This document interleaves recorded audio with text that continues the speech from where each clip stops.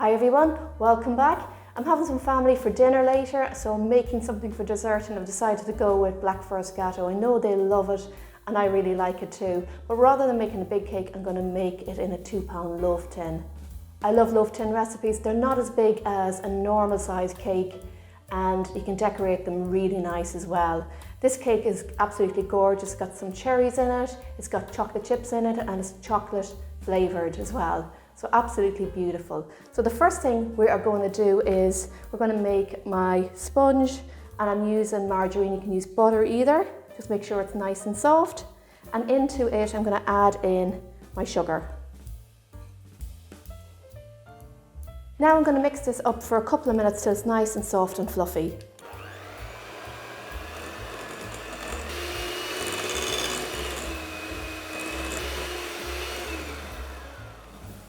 And that's perfect. And while I'm mixing, I'm going to add 1 egg at a time.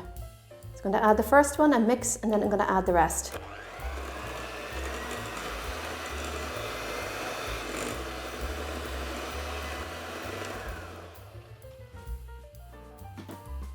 Now add in the self-raising flour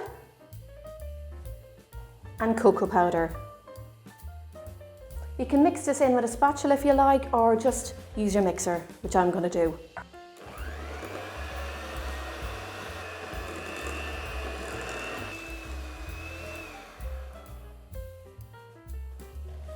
That's ready and it smells gorgeous.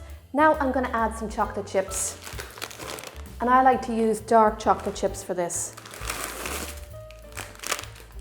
Now onto the cherries that I'm using in my cake. I'm just going to show you the ones. I'm using tin cherries. I've just drained the liquid off them and I've dried them a little. You can also use these ones from Lidl. They're on offer at the minute, as I said. And what I would do if you're using these, just wash the cherries and dry them a little. Because what I'm going to do now with my cherries is I'm going to just pop some flour on them. If you put flour on fruit in a cake, it helps stop them from sinking to the bottom. So hopefully that will work. So just give them a mix up like that. Do the same with the sour cherries, but it is important to take the syrup off them and dry them. And they're perfect. I'm going to pop them in there. And now just mix everything in. The mixture looks lovely.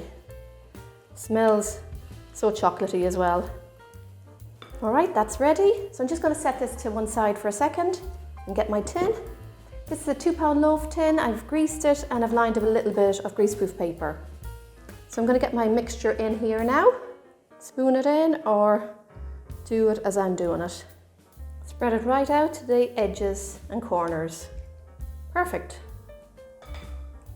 This is ready for the oven now and it's going to take about an hour. It may take a little bit longer. Just check it with a skewer before you take it out. There's a lot of fruit in here, so it can take a little bit longer. So let's get it into the oven now.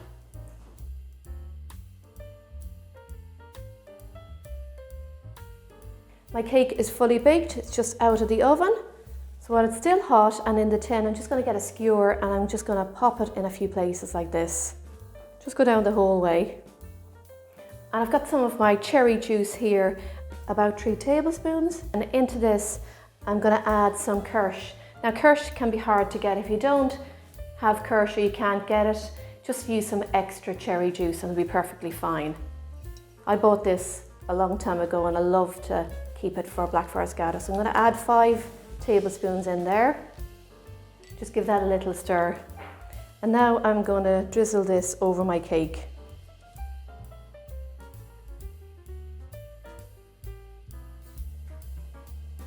And that should do it. Now I'm just going to let this sit here until it cools completely and the juice and kirsch is going to soak into my cake, and we're going to decorate it as soon as it cools down, so we'll see you shortly. Alright everyone, my Black Forest Gateau has cooled down enough now, so it's time to decorate it. I'm going to show you how I do it. There's no right or wrong way as to how you decorate your Black Forest Gateau. That's totally up to you, but this is how I do it. I use double cream and I whip it with a little bit of icing sugar. I like to use some jam too, and what I do with the jam is I swirl this into my double cream. So I've got some cherry jam here and I've sieved it just to get the lumps out of it. And I'm going to add a little bit of this juice, just about 1 teaspoonful. to make it a little bit easier to swirl in. You could use some kirsch either if you want. I'm not including kirsch because I've got enough of it in my cake. So I'm going to grab my cream. I'm going to just put a couple of teaspoons of the jam in there. And get a spoon and I'm going to swirl it through. Just like that. You can see all that nice red through the cream. Fold it in gently. Perfect. And now I'm going to get this onto my cake.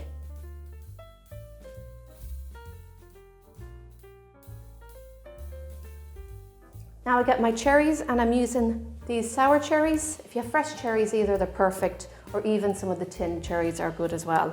So I'm just going to put some of these on here.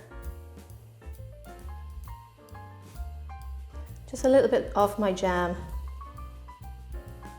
And last but not least, let's put on some dark chocolate. And there you have it everyone, my Black Forest Gateau Loaf cake. Absolutely gorgeous. Let's cut a slice. To cut the cake, I like to use a good sharp knife and I always clean the knife every time I cut a new slice. The cake is nice and moist and you can see all the cherries and chocolate chips in there. This Black Forest Gateau has beautiful rich flavours of chocolate, cherries and kirsch. And the double cream really gives a lovely balance to all those rich flavours.